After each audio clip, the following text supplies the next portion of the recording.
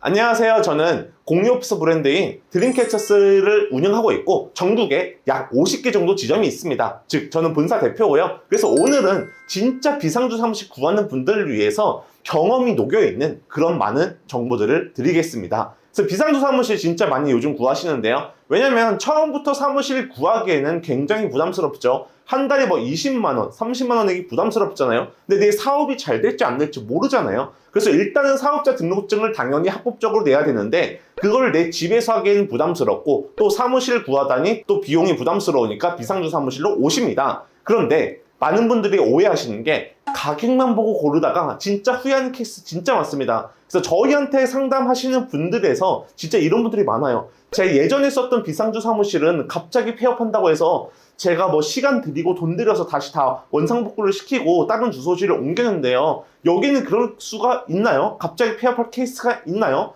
또는 여기가 진짜로 뭐 실체 있는 곳인가요? 그런 것들 진짜 많이 물어보시거든요. 그럼 바로 5가지 포인트 뭔지 말씀드리겠습니다. 일단 첫 번째는 뭘까요? 가장 중요합니다. 실체가 있는지 또는 없는지 그걸 보셔야 됩니다. 이게 뭔 말이냐 하실 수가 있는데요. 진짜로 재밌는 포인트 하나 말씀드리겠습니다. 참고로 드림캐쳐스 본점은 송파 잠실에 있는데요. 예를 들어 잠실 공유오피스라고 네이버에서 검색을 하면요. 놀라운 사실은 뭐냐면 거기 떠있는 네이버 플레이스 있죠. 그 중에 한 30% 정도는 가짜입니다. 가짜. 이 말이 뭐냐면 실제로 그 주소에 가보면 공유오피스가 없어요. 네. 네이버 플레이스에 굉장히 멋지게 인테리어 되어 있는 사진들이 걸려 있는데 가보면 없습니다. 그럼 뭐가 있냐? 대표적으로 원룸도 있고요. 또 오피스텔도 있고요. 또는 스터디 카페도 있고요. 심지어 저는 이발소도 봤습니다. 이발소. 근데 만약에 이런 곳들이 그런 업종이라는 걸 알았으면 고객들이 과연 계약을 했을까요? 이제 그런 것들을 봐야죠. 그러면 여기서 또 궁금하실 게 있습니다. 그럼 거기가 가격이 싸다고 해서 나 거기서 하고 싶은데 거기서 하면 뭐가 문제되나요? 라고 할 수가 있는데요. 포인트가 뭐냐면 세무서에서 나중에 그 사실을 알면 절대로 허용을 안 해준다 라고 보시면 됩니다. 저도 이제 전국에 한 50개 정도 하고 있는 프랜차이즈 본사 대표이기 때문에 되게 업력도 있고 다양한 케이스들이 많이 접하겠죠. 그러다 보니까 특정 지자체 세무서 담당자와 통화를 한 적이 있습니다. 제가 물어봤습니다. 스터디 카페에서도 비상주 사무실을 이렇게 해서 하고 있는데 이게 사실적으로 문제가 있나요? 없나요? 라고 물어봤어요.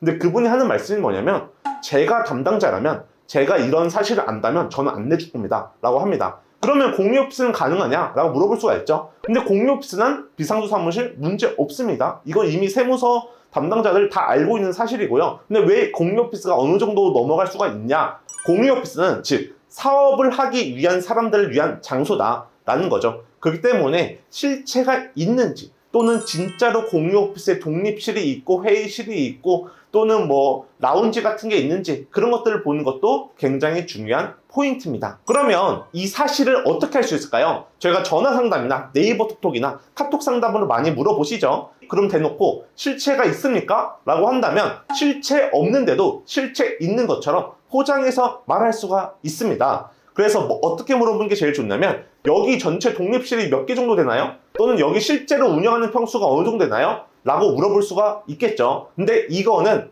숫자잖아요. 숫자는 팩트일 수밖에 없습니다. 그렇기 때문에 여기가 진짜로 공유오피스 같은 존재이구나 라는 거를 단번에 알 수 있습니다. 하나 더 팁을 알려드리면 뭐냐면요. 네이버 플레이스에 사진을 올려놓는데 실체 없는 비상주 사무실 특징이 뭐냐면 사진이 거의 없습니다. 있어도 무슨 핀터레스트에 올려져 있을 법한 무슨 뭐 외국에 있는 사무실 이미지라든가 또는 AI 이미지라든가 그런 것들이 올려져 있습니다. 그런 곳들은 대다수 실체가 없는 곳들이다 라고 봐주시면 됩니다. 그럼 두 번째 체크리스트 뭐가 중요하냐면 우편물 관리 시스템입니다. 이렇게 생각하실 분이 있을 수도 있어요. 나 이제 사업을 시작하는데 우편물이 올 리가 없어요. 그래서 난 이런 거 신경 안 써도 돼요 라고 하실 수가 있죠. 그런데 저도 처음에 1인 기업가 프리랜서로 시작했을 때 저도 몰랐던 거는 부가세 신고라는 그런 것도 있습니다. 그래서 1년에 2번 부가세 신고를 해야 돼요. 뭐 매출이 있든 매입이 있으면 해야 됩니다. 또는 매출하고 매입이 없더라도 무실적 신고를 의무적으로 해줘야 나중에 폐업을 안 당할 수가 있습니다. 그런데 이게 뭐냐면 초보 창업자들, 이제 처음 창업하신 분들은 뭐 세금 신고 그런 개념을 모릅니다. 근데 부가세 신고 기간에 친절하게 세무서에서 우편물이 안내를 와요. 이거 부가세 신고 어떻게 하셔야 됩니다 라고 그 사업자 등록증의 소재지에 우편물이 옵니다. 근데 우편물 관리를 제대로 안 해주는 공유 오피스 또는 실체 없는 비상주 사무실이라면 어떤 문제가 생길까요? 그대로 날아가겠죠. 그래서 때로는 등록 면허세라든가 납부해야 될 세금도 우편물로 오거든요. 근데 그거를 보통 일반 처음 창업하시는 분들은 내가 어떤 세금을 내야 될지 모르거든요. 근데 모르고 있다가 나중에 과태료 폭탄을 맞는다거나 이제 그렇게 될 수가 있겠죠. 그래서 우편물 관리를 어떻게 해주는지도 되게 중요한 포인트입니다. 그래서 이렇게 물어보시면 될 것 같아요. 우편물 관리 뭐 주기적으로 어떻게 알려주시나요? 또는 등기 우편물 같은 경우는 안에 매니저가 있어야 우체부 직원분이 면대 면으로 줍니다. 그래서 등기 같은 거는 실제로 오면 어떻게 안내를 하고 있나요? 라고 물어보시는 게 좋습니다. 그래서 앞서서 말한 실체 없는 비상주 사무실과 연관이 되어 있는데 우편물 관리가요. 거의 같은 경우 우편물 관리가 더 안 됩니다. 왜냐하면 실제로 이런 경우도 있어요. 공실인데요. 뭐 비상주 사무실을 뭐 싸게 받는 경우도 있습니다. 근데 거기 같은 관리자는 우편물을 알려주기 위해서 매일 가야 되죠. 근데 귀찮으니까 또는 품이 안 나오니까 뭐 비상주 사무실이 뭐 100개, 200개 있으면 이것도 괜찮은 사업이니까 갈 수가 있는데 뭐 5개, 뭐 10개밖에 안 돼요. 그러면 뭐 우편물이 한 달에 1개, 2개, 3개 한 그 정도 오는 수준이거든요. 그러니까 그런 데들은 더 알려주기 싫죠. 근데 반면에 실체 있는 공유 오피스들은요, 일반 상주 사무실 쓰시는 분들 또 라운지, 회의실 그런 공용관들을 관리하기 위해서라도 매일 와야 됩니다. 그렇기 때문에 우편물 관리가 잘 될 수밖에 없다는 겁니다.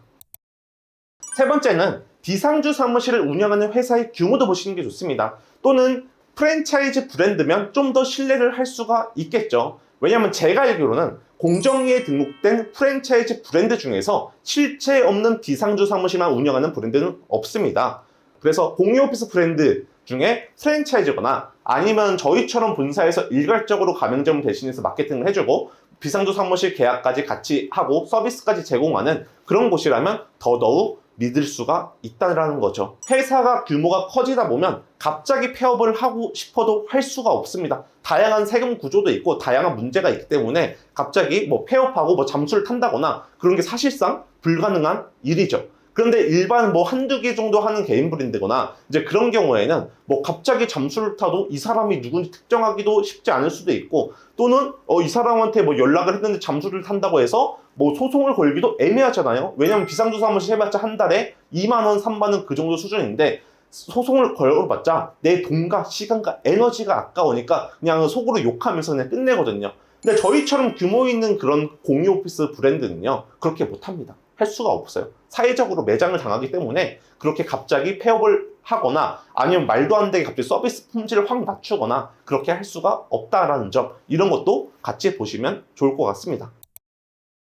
네 번째는요, 소통이 잘 되는지도 진짜 중요합니다. 비상주 사무실을 계약하고 나서 갑자기 비상주 사무실 운영자와 연락이 할 일이 있습니다. 어떤 걸로 연락을 하냐면 갑자기 세무서에서 실사가 나온다거나 아니면 내가 이 사업자를 통해서 사업자 대출을 받아야 되는데 은행에서 당연히 실사가 나오겠죠. 여기 제대로 사업하고 있냐? 그래도 봐야겠죠. 또는 정책자금을 받기 위해서도 실사가 나옵니다. 그렇기 때문에 갑자기 실사가 나오는데 운영자가 연락이 안 돼요. 뭐 전화를 해도 연락도 안 되고 문자를 보내도 답장이 없어요. 뭐 한두 시간 정도 늦는 게 아니라 하루 이틀 지나도 연락이 안 돼요. 그럼 거기다가 이용을 하는 비상주 사무실 고객은 얼마나 속이 탈까요? 대출 같은 거 굉장히 중요하잖아요. 하루 이틀 늦게 받냐 빨리 받냐 차이가 또 되게 중요한데 그것 때문에 대출이 거절당하거나 그러면 얼마나 큰 피해를 입을까요? 그렇기 때문에 비상주 사무실 또는 공유 오피스 운영자와 얼마나 소통이 잘 되는지 그런 것도 체크할 필요가 반드시 있습니다. 이런 건 어떻게 체크하면 좋을까요?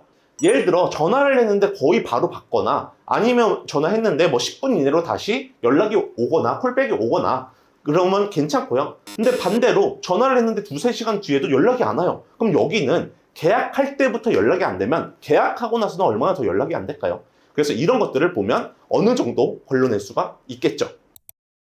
5번째입니다. 실사 지원이 가능한지 체크하세요. 앞에 말씀드렸죠. 실사가 갑자기 나올 수 있다라는 건데 근데 많은 대표님들은 착각합니다. 나는요 일반 전자상거래라서 실사 안 나올 거예요. 저 대출 받을 예정도 없고요. 또 정책자금도 받을 예정도 없어요. 그러니까 실사 안 나오니까 그냥 가격만 싼데 무조건 가격만 싼 데가 제일 좋아요 라고 생각하실 수가 있거든요. 근데 그거는 하나 놓치시는 게 있습니다. 실사는요 갑자기 나올 수가 있어요. 내가 대출을 안 받거나 정책자금 안 받아도요 세무서에서 갑자기 나올 수가 있습니다. 그런 경우가 뭐냐면 여기 공유오피스 운영업체 있죠. 여기가 좀 비정상적으로 운영을 하는 것 같다. 또는 기존의 비상수 사무실 계약자들을 관리를 잘 안 하는 것 같다. 그래서 되게 예를 들어 잠실에 있는 공유오피스인데 부산에 주소지를 두고 있는 그런 사람들을 사업자로 받아준다거나 그러면 좀 정상적으로 계약 관리를 안 하고 있다는 거거든요.